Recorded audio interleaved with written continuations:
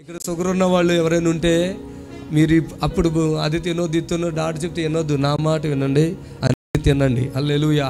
ఆ రొట్టె ఇదో ఆ జావలు కాదు, అన్నీ తినండి. నా దగ్గర ప్రార్థన చేయించుకోండి, నేను ప్రార్థన చేస్తాను. బీపీలు తగ్గిపోతున్నాయి, షుగర్లు తగ్గిపోతున్నాయి, గడ్డలు కూడా నోట్లో వస్తున్నాయి.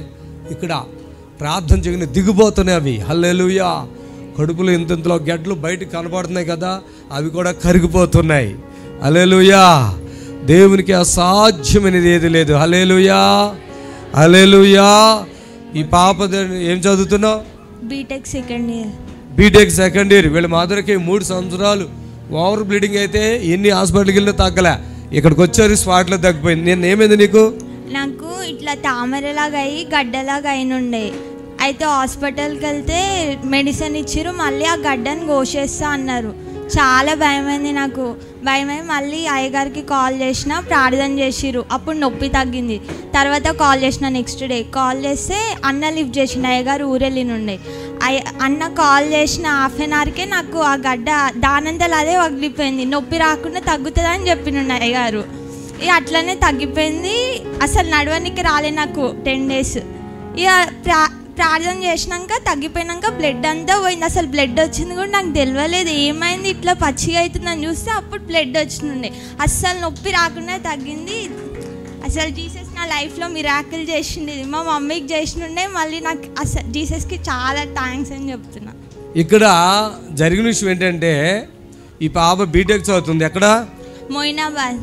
అయితే ఆ డాక్టర్ దగ్గరికి వెళ్ళిందంట, పెద్ద డాక్టర్ అంట. ఆవిడ ఎవరావిడ డాక్టర్? ఏ హాస్పిటల్లో? దుబ్బచెర్ల విలేజ్లో ఆ డాక్టర్, అమ్మమ్మ వాళ్ళ ఇంటి దగ్గర. చాకు తీసుకొని వచ్చినాక నాకు చాలా భయమైంది. అసలు ఈ గెడ్డ ఎక్కడొచ్చింది? గెడ్డ చూపించు. ఇదిగో ఇక్కడ గెడ్డ వస్తేనంట డాక్టర్ సాగు తీసుకొచ్చిందంట. ఈ నుంచి సాగు తీసుకొచ్చి ఏమంటుంది? చాకు తీసుకొచ్చింది, బెడ్ పైన నేను పడుకున్నా, ఇది కొయ్యాలి అనేసి అన్నది.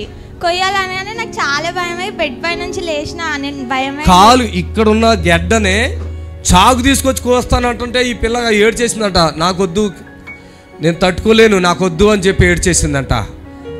నాకు ఫోన్ చేసింది, నీకు బుద్ధి లేదా? మీ అమ్మకి ఎంత అద్భుతం జరిగింది, నీ బంధువులకి ఎంత అద్భుతం జరిగింది, అది నేను ప్రార్థన చేస్తానమ్మా, నేను ఉన్నాను కదా, ఎందుకు ఆ గడ్డలతో నేను ఉన్నాను కదా, దాని అంతటికి అది కరిగిపోయి బయటకు వచ్చేలా, అంతేగాని అది అలా కోపించుకోకూడదమ్మని చెప్పాను. దేవుని స్తోత్రం. హల్లెలూయా.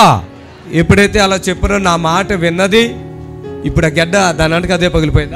దానంతలో అదే పోయింది. నొప్పి కూడా తగ్గింది. నాకు అసలు వచ్చింది. అమ్మమ్మ కూడా షాక్ అయింది, ఇంత తొందరగా ఎట్లా పోయింది. ఎంత పెద్ద గడ్డలైనా ఇక్కడ కరిగిపోతాయి. చేసిన 30 minutesకే అది పోయింది. ఆమేన్. హల్లెలూయా. చప్పట్లు కొట్టి ప్రభుని స్తోత్రం చెప్దాం. చప్పట్లు కొట్టండి ప్రభుకి స్తోత్రం. హల్లెలూయా. దయచేసి మీరు అందరూ ఎక్కడున్న వాళ్ళు అక్కడే ఉండాలి. దేవుని మహిమ మీ మీదకి దిగొస్తుంది. తండ్రి మిమ్మల్ని దర్శిస్తాడు. ఆయన ఆత్మ ద్వారా మీరు దర్శించబడతారు. దేవునికి మహిమ కలుగును గాక.